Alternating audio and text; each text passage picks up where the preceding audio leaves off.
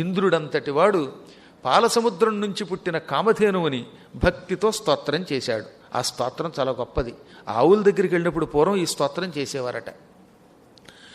పురందర ఉవాచ నమో దేవ్యై మహాదేవ్యై సురభ్యై చ నమో నమః గవాం బీజస్వరూపాయై నమస్తే జగదంబికే నమో రాధాప్రియాయై చ పద్మాంశాయై నమో నమః నమః కృష్ణప్రియాయై చ గవాం మాత్రే నమో నమః కల్పవృక్షస్వరూపాయై సర్వేషాం సతతం పరే క్షీరదాయై ధనదాయై బుద్ధిదాయై నమో నమః శుభదాయై సుభద్రాయై గోప్రదాయై నమో నమః యశోదాయై కీర్తిదాయై ధర్మదాయై నమో నమః స్తోత్రశ్రవణమాత్రేణ తుష్టా హృష్టా జగత్ప్రసూః.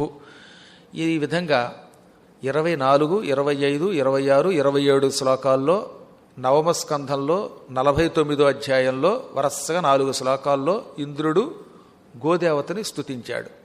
ఈ స్తోత్రం వినగానే సమస్త లోకాలకి తల్లి అయిన గోమాత సురభి సంతోషించింది.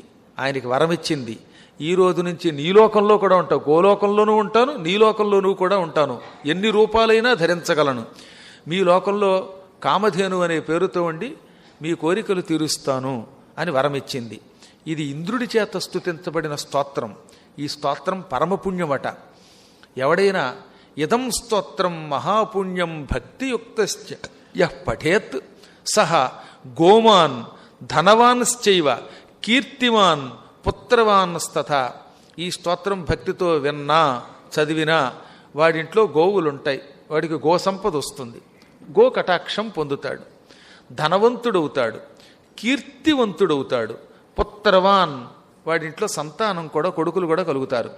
ఇంకో రహస్యం, ఈ స్తోత్రాన్ని ప్రొద్దుటిపూట చదివితే స్నానం చేసే సమయంలో, స్నానం చెయ్యకుండానే చదవమన్నారు, చదివితే సస్నాత సర్వతీర్థేషు అన్ని తీర్థములలో స్నానము చేసిన ఫలితం పొందుతాడు. గంగా యమున చర్మణ్వతి కృష్ణ గోదావరి వంటి నదులలోనూ పుష్కరముల వంటి సరస్సులలోనూ స్నానము చేసిన మహాఫలితం పొందుతాడు. సకల తీర్థయాత్రా స్నాన ఫలితం పొందుతాడట ఉదయం పూట దీనిని భక్తితో చదివితే.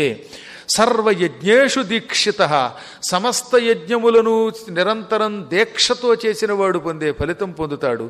ఈ లోకంలో సుఖములు అనుభవిస్తాడు. యాత్యంతే కృష్ణ మందిరే, శరీరం విడిచిపెట్టాక కృష్ణ మందిరమునకు వెడతాడు. నా పునర్భవనం తత్ర, వాడికి పునర్జన్మ ఉండదు.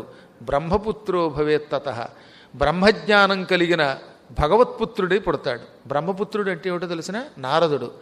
నారదుని యొక్క లెవెల్ పొందుతాడు, ఆ స్థాయి పొందుతాడు. ఈ స్తోత్రం నిత్యం చేస్తే, ఉదయం పూట చేస్తే నారదుని వంటి ఉన్నత స్థితిని పొందుతాడు. అంత గొప్ప స్తోత్రం ఇది. నారద స్థాయి అంటే మాటల, ఆయన జగద్గురువు, ప్రపంచంలో ఎంతోమందికి ఆదర్శమూర్తి.